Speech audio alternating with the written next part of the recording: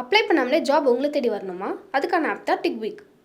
TickBig, a one go-to platform for all professionals, freelancers, students, brands and institutions. Rewrite your limits. Sign up now. இது வரைக்கும் அந்த குடும்பத்திட்ட மன்னிப்பு கேட்கல, அந்த குடும்பத்துக்கு ஒரு வருத்தம் தெரிவிக்கல, அந்த குடும்பத்துக்கு இரங்கல் தெரிவிக்கல. வெறும் 20 லட்சம் அறிவிச்சா போதுமா? ரெண்டாவது, சட்ட போராட்டம் இவர்களுக்கு ஒன்றும் நடத்தவே தெரியல. உங்கள் அரசியலுக்கெல்லாம் நீதிமன்றத்தை பகடக்காயாக்காதீங்கன்ட்டு எடப்பாடி பழனிசாமி அவர்களுடைய பிரச்சார கூட்டத்தில் தாவேக்காவுடைய கொடி தென்பட்டது அப்படின்னு சொல்கிறாங்க. இன்னைக்கு தர்மபுரியில் பாலமேடு பகுதியில் இன்னைக்கு அவர் பிரச்சாரம் பண்ண போகிறாரு. எடப்பாடி பழனிசாமி அவர்கள் வரக்கூடிய அந்த வழியில் பேனர் வச்சிருக்காங்க. அதில் எடப்பாடி பழனிசாமி அவர்களுடைய முகமும் இருந்திருக்கு, விஜய் அவர்களுடைய ஃபோட்டோவும் இடம்பெற்று தாவேகா தரப்புல இருந்து பிரச்சாரம் செய்ய வருகை தரும் எடப்பாடி பழனிசாமி அவர்களை வருக வருகன்னு வரவேற்கிறோம். இவர்கள் போட்டு அடின்னு அடிக்கிறதுல விஜய் என்டிஏவை நோக்கி நகர்கிறார். அப்படி என்டிஏவை நோக்கி நகரும் பொழுது தான் அதில் பிரதான கட்சி அதிமுக. தலைமையிடமிருந்து எந்த அறிவிப்பும் வராமல் அங்கே பகுதியை சேர்ந்த நிர்வாகிகள் இது மாதிரி செய்ய மாட்டாங்கல்ல. ஸோ எதுவும் பேச்சுவார்த்தை நடந்திருக்கா சார்? இப்போ விஜயும் எடப்பாடி பழனிசாமி அவர்களிடையே ஏதாவது பேச்சுவார்த்தை நடந்திருக்கா? அவருடைய சம்மதத்தின் பேரில் தான் அந்த பேச்சுவார்த்தைலாம் போகுது. முதல் சுற்று பேசியிருக்காங்க.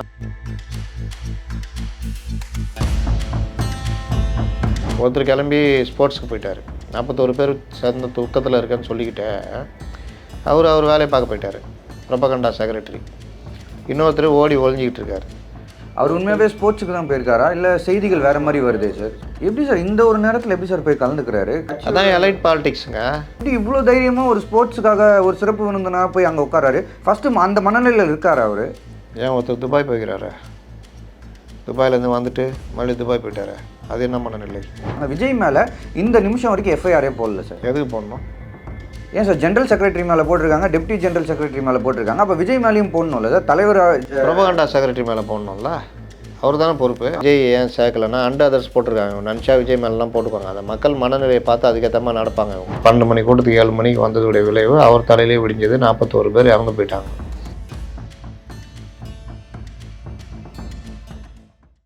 சார் வணக்கம் சார். வணக்கம் சார், கரூர் கூட்ட நெரிசல் தொடர்பான வழக்கு மதுரை அமர்வில் இன்னைக்கு விசாரணைக்கு நடந்துட்டுருக்கு. சிபிஐ வழக்கு விசாரணை கோரிய மனுவை தள்ளுபடி பண்ணியிருக்காங்க. அதாவது இன்வெஸ்டிகேஷனோட இனிஷியல் ஸ்டேஜ்லேயே நீங்கள் சிபிஐக்கு மாற்றணும்னு சொல்கிறத ஏற்க முடியாது. போலீஸ் விசாரணை நடத்தட்டும், உங்களுக்கு அதில் திருப்தி இல்லைன்னா நம்ம அடுத்த கட்டமாக அதை பார்க்கலாம். கூடவே என்னென்னா நீதிமன்றத்தில் அரசியல் செய்யாதீங்க அப்படின்னுமே நீதிபதிகள் பதிவு பண்ணியிருக்காங்க. ஸோ இந்த ஒரு விஷயத்தை எப்படி பார்க்குறீங்க சார்? ஆரம்பத்துலேருந்தே ஒரு விஷயம் நான் சொல்லிட்டு வரேன். இவர்கள் அந்த கூட்டத்தை நடத்தின விதம் எனக்கு என்னென்னு ஒவ்வொரு தடவையும் எனக்கு என்னென்னு லேட்டாக வர்றது, ரோட் ஷோ நடத்துறது, கடைசியில் அது அவர் தலையிலே விடிஞ்சிடுச்சு. ரசிகர்களை பற்றி கவலைப்படாமல் 7 மணிக்கு 12 மணி கூட்டத்துக்கு 7 மணிக்கு வந்ததுடைய விளைவு அவர் தலையிலே விடிஞ்சது. 41 பேர் இறந்து போயிட்டாங்க. இப்போது விஜய் தான் காரணம்னு ஒரு பக்கம் ஏறி அடிச்சிட்டு இருக்கிறாங்க. அவங்க தரப்பில் சதி கிதின்னு பேசுகிறாங்க. ஆரம்பத்துலேருந்து இந்த விவகாரத்தில் 2-3 விஷயத்தை எனக்கு என்னென்னு தாவேக்கா அவருடைய அனுபவமின்மை மீண்டும் மீண்டும் அதை நிரூபிச்சிட்ருக்கிறாங்க. இவ்வளோ பிரச்சனையான பிறகும் இதில் என்ன நிலைப்பாடு எடுக்கலான்னு யார்ட்டையும் கன்சல்ட் பண்ணுறதும் கிடையாது. ஒருத்தர் கிளம்பி ஸ்போர்ட்ஸுக்கு போயிட்டார். 41 பேர் சேர்ந்த துக்கத்தில் இருக்கேன்னு சொல்லிக்கிட்டே அவர் வேலையை பார்க்க போயிட்டார், ப்ரொபகண்டா செக்ரட்டரி. இன்னொருத்தர் ஓடி ஒழிஞ்சிக்கிட்டு இருக்கார். அவர் உண்மையாகவே ஸ்போர்ட்ஸுக்கு தான் போயிருக்காரா இல்லை செய்திகள் வேறு மாதிரி வருதே சார்? ஸ்போர்ட்ஸ் இது நான் இப்போ கூட ட்வீட் பண்ணியிருக்கேன். ஒரு ஸ்போர்ட்ஸ் விழாவில் சிறப்பு விருந்தினராக கலந்துக்கிறாரு. எப்படி சார் இந்த ஒரு நேரத்தில் எப்படி சார் போய் கலந்துக்கிறாரு? அதான் எலைட் பாலிடிக்ஸுங்க. ஆரம்பத்துலேருந்தே ஒரு விஷயம் சொல்லிக்கிட்டு இருக்கிறேன். இவர்கள் எலைட், இவர்களுக்கு மக்களை பற்றி கவலை கிடையாது. இவர்களுக்கு இவருடைய விஜயுடைய ஃபேமை வச்சு ஆட்சியை பிடிக்கணும்.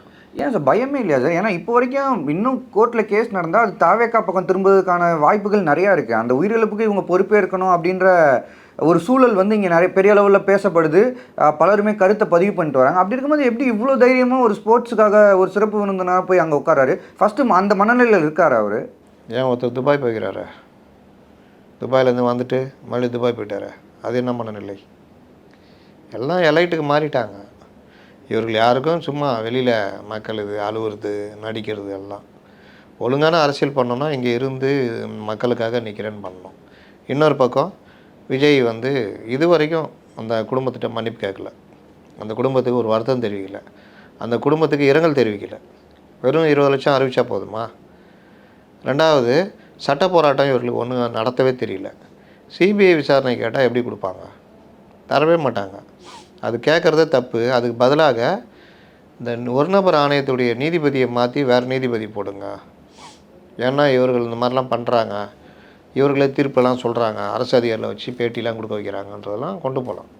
நீதிமன்றத்தில் இந்த மாதிரிலாம் பண்ணுறாங்க, இவருடைய அனைத்து அரசு எந்திரங்களும் இந்த விவகாரத்தில் ஒரு விஷயத்தை திரும்ப திரும்ப வலியுறுத்தி ஒரு பக்கமாக கார்னர் பண்ணுற வேலையை பண்ணுறாங்க அப்படின்லாம் கொண்டு போகலாம். ஆனால் இவர்கள் சிபிஐ விசாரணை வேணும்னு கேட்குறாங்க.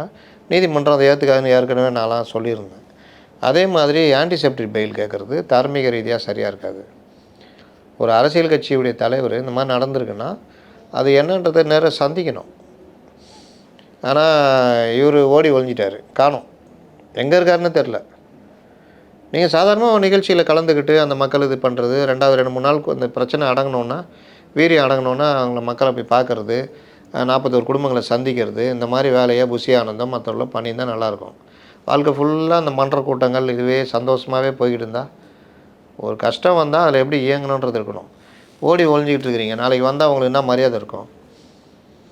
விஜய் போக முடியாது, நீங்கள் போகலாம்ல, இல்லை மற்ற நிர்வாகிகளை அனுப்பலாம்ல, அவங்களுக்கு நீங்கள் ஏதாவது அறிக்கை விடலாம்ல. ஒருத்தர் தற்கொலை பண்ணிக்கிட்டாரு, அவருக்கு இரங்கல் தெரிவித்து தற்கொலை யாரும் பண்ணிக்கக்கூடாதுன்னு ஒரு அறிக்கை வரணுமா வேணாவா? உங்களை பற்றி ஏறி அடின்னு அடிக்கிறாங்க, செந்தில் பாலாஜிலாம் போட்டு மெரிக்கிறாரு, அதுக்கு பதில் அறிக்கை வரணுமா வேணாவா? டே டு டே டெய்லி உங்களை அடிக்கும் போது அதுக்கு பதில் சொல்லணுமா வேணாவா? இப்படி எதுவுமே இல்லாமல் ஒரு கட்சி மட்டும் நடத்தி முதலமைச்சர் ஆகிடணும் அப்படின்னு ஆசைப்பட்டால் எப்படி அது? அதோடைய விளைவு தான் இப்போ அனுபவிக்கிறாங்க. நீதிமன்றத்துலேயும் இவர்கள் ஆன்டிசெப்டிக் பெயில் ரிஜெக்ட் ஆகும். ரிஜெக்ட் ஆனால் இப்போ நீங்கள் என்ன அடுத்துன்னா கைது. இப்போது போலீஸு தனிப்படை அமைக்காமையே தனிப்படை அமைச்சிருக்காங்கன்னு ஊடகங்களில் வருது. எவ்வளோ பெரிய அசிங்கம் இது! ஏதோ ஒரு திருட்டு குற்றவாளி மாதிரி ஓடி ஒழிஞ்ச மாதிரி பிடிக்கிறதுக்கு தனிப்படை அப்படின்னா எவ்வளோ கேவலம்.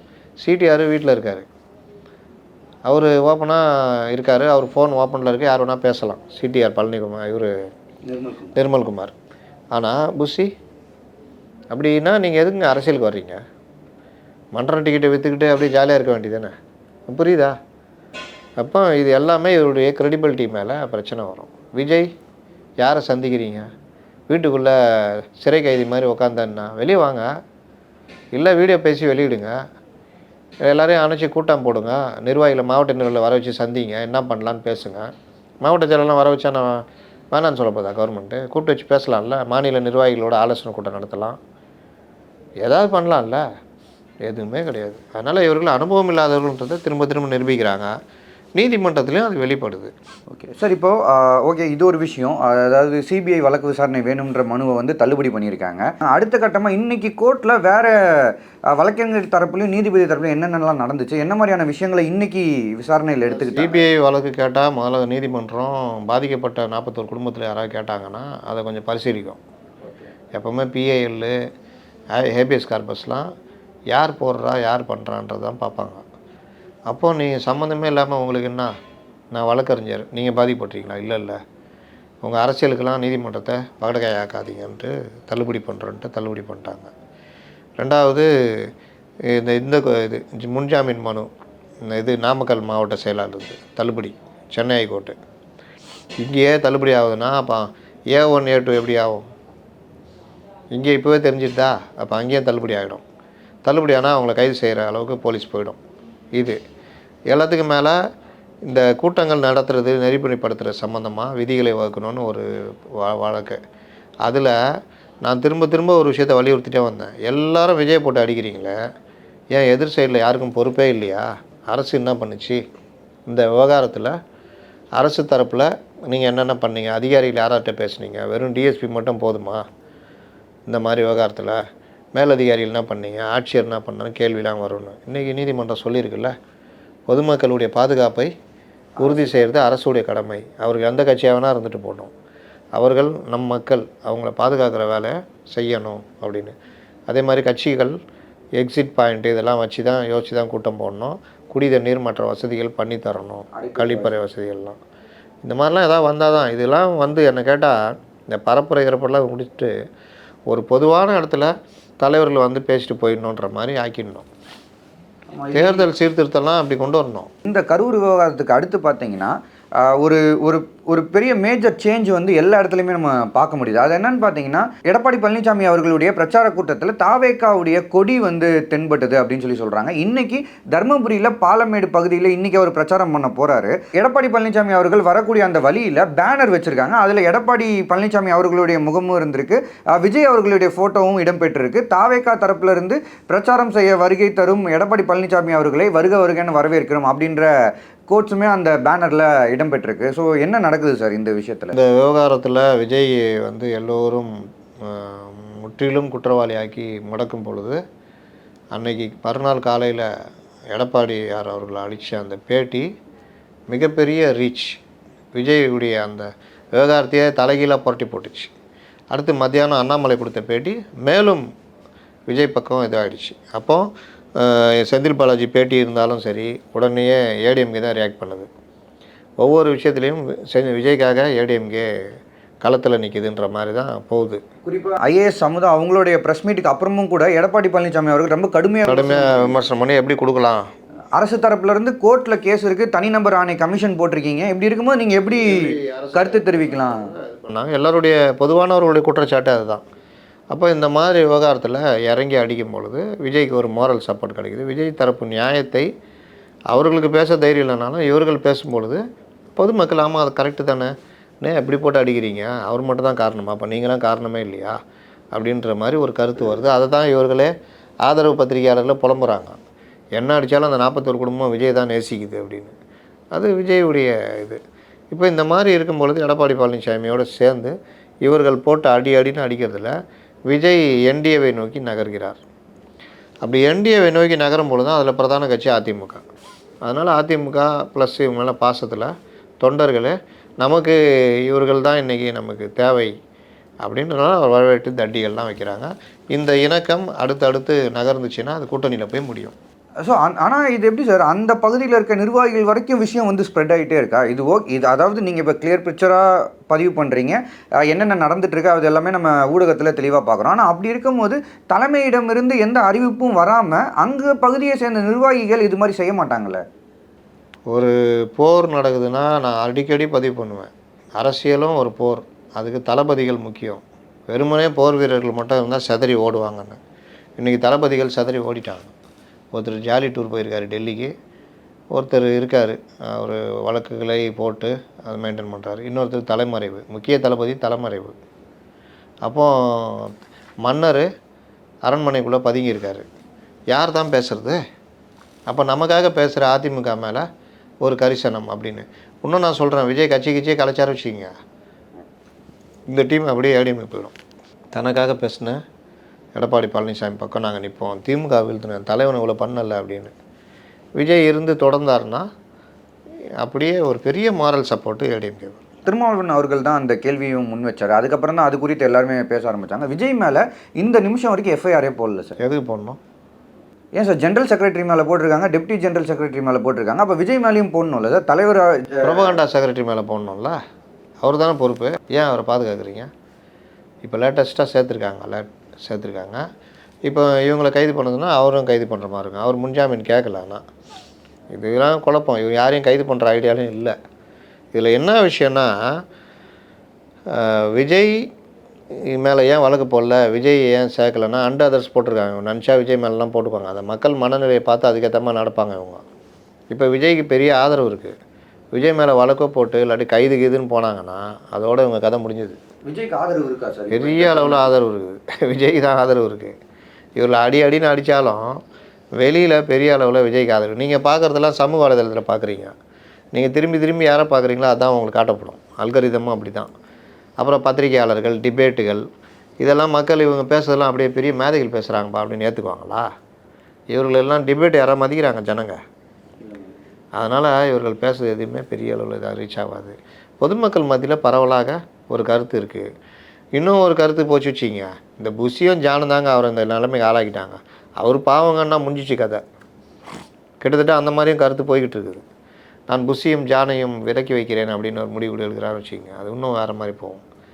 அதனால் விஜய் மேலே ஒரு அபிமானம் இருக்கிறது பொதுமக்கள் மத்தியில். திமுக மேலே ஒரு கோபம் இருக்குது தெரியுமா, அதை இவங்க செய்யக்கூடியவங்க தான் அப்படின்ற மாதிரியும் மக்கள் முடிவெடுப்பாங்க. அது எம்ஜிஆர், ஜெயலலிதா, விஜயகாந்துக்கு இவங்க பண்ணதுடைய கோபம் இன்றைக்கி மக்களுக்கு இருக்குது. அது வந்து அப்படியே விஜய் கடத்தப்படுது. அதனால் அந்த மாதிரி விஷயம் விஜய் மேலே அந்த ஒரு இது இருக்கிறதுனால தான் தொடர்ந்துக்கிட்டு இருக்குது. ஓகேங்க சார். அப்போ விஜய் மேலே இன்னும் அதுதான் காரணமாக இருக்குது. விஜய் இப்போ இவர் கேட்குறாருல, திருமாவளவன் கேட்குறாருல, அவர் சட்டம் படித்தவர். ஆனால் அவர் அதை தாண்டி அரசியல் படிச்சுட்டு இருக்காரு. திமுகவை திருப்திப்படுத்துறதுக்காக திமுக குரலை பலரையும் வச்சு பேச வைக்கிறாங்க ஒரே டைப்பில். ஏன் ஷட்டர் மூட்டு போனார், ஏன் லைட் ஆஃப் பண்ணிட்டார், அதனால தான் பிரச்சனை, இதெல்லாம் ஒரு பிரச்சனைன்ற மாதிரி எல்லாரும் பேச வைக்கிறாங்க. அப்புறம் செருப்பு அடிச்சது இதுக்கு தான். இதே மாதிரி ஒவ்வொருத்தரும் அதில் விஜய் மேலே ஏன் வழக்கு போடலன்னு திரும்ப பேசுகிறாரு. இதே எம்எல் படித்த மூத்த வழக்கறிஞராக இருக்கிற வைகோ அவர் சொல்கிறாரு, விஜயை எந்த காரணத்து கொண்டும் விஜயை வந்து கைது செய்கிறது அந்த எண்ணத்தை நினச்சி கூட பார்க்கக்கூடாதுன்றார். ஏன்னா அவருக்கு தெரியும் இவருக்கு என்னென்னா இவருடைய அடிப்படையிலே கை வச்சிட்டார்ல விஜய், அந்த கோபம். அதனால் விஜய் இது பண்ணணும், என்ன திமுக விஜய் கை கொத்துட்ருக்குதா அப்படின்னு ரொம்ப ஆவேசமாலாம் கேட்குறாரு. அது நேரடியாக போய் அறிவாலயத்தில் போனால் கேட்டால் சொல்ல போகிறாரு ஸ்டாலின், என்ன சார் மறைமுக கூட்டா ஏன் கைது செய்ய மாட்டேங்கிறீங்க அப்படின்னு கேளுங்க போய். அதனால் அவர் ஆத்திரத்துடைய உச்சத்தில் இருக்கார். என்ன பேசுகிறோன்னு தெரியாமல் தண்ணிலே மறந்து பேசிக்கிட்டு இருக்காரு. விஜயெல்லாம் கைது செய்ய முடியுமா? கைது செஞ்சால் என்ன ஆகும்? ஜெயலலிதாவை 96 கைது பண்ணீங்க, அவ்வளோ கெட்ட பேர் ஜெயலலிதாக்குங்க. ஆட்சி போச்சு, ஜெயலலிதா தோற்று போயிட்டாங்க, வீட்டில் அக்கடான்னு இருக்கிறாங்க, அவங்க மேலே வழக்கெல்லாம் போட்டிங்க, கம்னு இருக்க வேண்டியது தானே, தூக்கி ஜெயிலில் போட்டாங்க, அவ்வளோதான் முடிஞ்சிச்சு. அப்படியே இருந்தால் அவன் திரும்பிச்சு. 98 பார்லிமெண்ட் தேர்தல் வருது, 30 சீட்டு ஜெயிக்கிறாங்க ஜெயலலிதா, அதிமுக கூட்டணி, மறுபடியும் 2001 ஆட்சியை பிடிக்கிறாங்க, அவ்வளோதான். அதனால் நீங்கள் அந்த வேலைலாம் பண்ணவே கூடாது. ஆத்திரத்துக்கெலாம் முடிவெடுத்தீங்கன்னா ஜனங்க வேறு மாதிரி, ஜனங்க பார்த்துக்கினே இருக்காங்க, எது சட்டி தப்புன்னு ஜனங்களுக்கு நல்லா தெரியும். சார் இது நடுவில் இன்னொரு சில செய்திகள் பார்த்தேன் சார், கரெக்டாக கொஞ்ச நேரம் வரதுக்கு முன்னாடி தான். அக்டோபர் 18 மீண்டும் விஜய் வந்து அவருடைய பிரச்சாரத்தை ஆரம்பிக்கிறாரு அப்படின்னு சொல்லி ஒரு சில தகவல்கள் வருது. வாய்ப்பே இல்லை. விஜய் மனசளவில் முடங்கி போய் கிடக்கிறாரு. நீங்கள் பிரச்சாரத்தை ஆரம்பிக்கிறது யார் வச்சு ஆரம்பிப்பீங்க? இவங்க யாரே இன்னைக்கு கூட இப்போ கூட எதாவது போட்டிருக்காங்க, கரூருக்கு போக போகிறாரு, அதுக்கான குழு அமைச்சர் போகிறாருன்னு. எதுவுமே கிடையாது, வீட்டில் முடங்கி கிடக்கிறாரு. கரூர்லாம் போக மாட்டார், எதுவும் பண்ண மாட்டார் சார். அப்போ எண்ட் ஆஃப் த டே சரி, இப்போது வந்து அந்த விபத்து நடந்த அன்னைக்கு வந்து இவர் ஹாஸ்பிட்டல் போயிருந்தா, கரூர் அரசு மருத்துவமனைக்கு போயிருந்தா, அங்கே வந்து வேறு விதமான பிரச்சனைகள் வரும், ஒரு கலவரம் ஏற்படக்கூட வாய்ப்பு இருக்குது. அதுவும் இல்லாமல் பெர்மிஷன் இல்லாமல் போக முடியாது, 1008 சொன்னாங்க.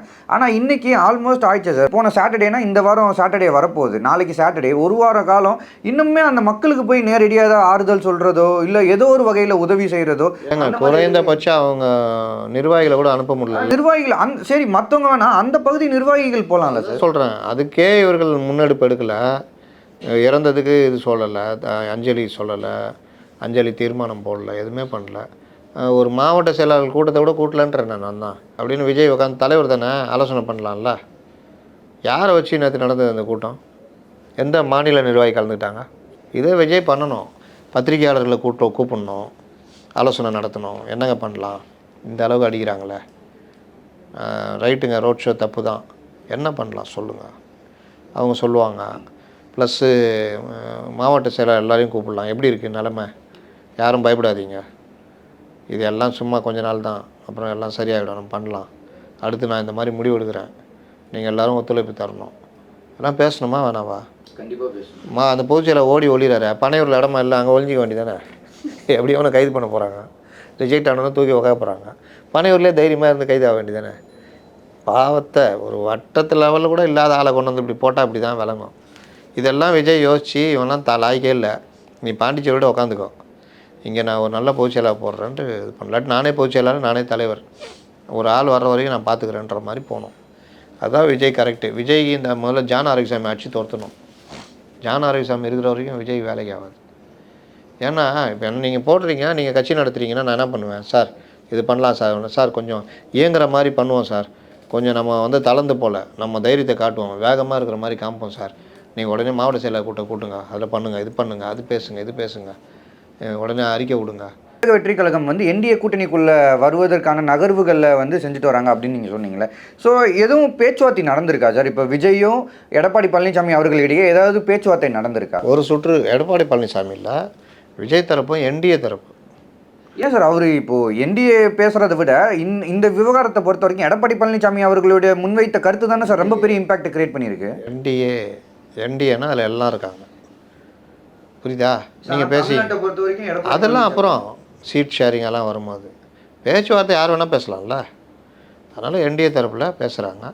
எல்லாம் ஓகேன்னா என்னென்ன யாருக்கு என்ன சீட்டு என்ன ஏதுன்னு முடிவு பண்ணுவாங்க. அது எடப்பாடிக்கும் தெரியும். அவருடைய சம்மதத்தின் பேரில் தான் அந்த பேச்சுவார்த்தைலாம் போகுது. முதல் சுற்று பேசியிருக்காங்க. சில இவங்க அந்த புஷி குரூப்பு ஜான் குரூப்பு விலைக்கு வச்ச சில பேரும் விஜயிடம் பேசியிருக்கிறார்கள். கொஞ்சம் மனம் ஒடிந்து தான் இருக்கார் போல், மனம் ஒடிந்த நிலையில் இருக்கார். பேசி தைரியமாக இருங்க பண்ணலாங்க அப்படின்ட்டுருக்காங்க. கண்டிப்பாங்க அப்படின்னு சொல்லியிருக்காரு. அதனால் அடுத்த சுற்றுகள் பேச்சுவார்த்தையை நோக்கி நகர்வதற்கான வாய்ப்புகளும் போயிட்டுருக்கு. அதனால் விரைவில் விஜய் முழுதுமாக அங்கே நகரலாம். நகரத்துக்கு வேலையை இவங்க தோண்டிக்கினே இருக்கிறாங்க. டெய்லி குழி பறிச்சுனே இருக்கிறாங்க. இது இவர்களுக்கே பறிக்கிற குழின்னு தெரியாமையே குழி பறிச்சுன்னு இருக்கிறாங்க. அதுதான் விஷயம். நிறையா முக்கியமான விஷயங்கள் ஷேர் பண்ணிங்க சார். நேரம் ஒதுக்குனதுக்கு நன்றி. நன்றி.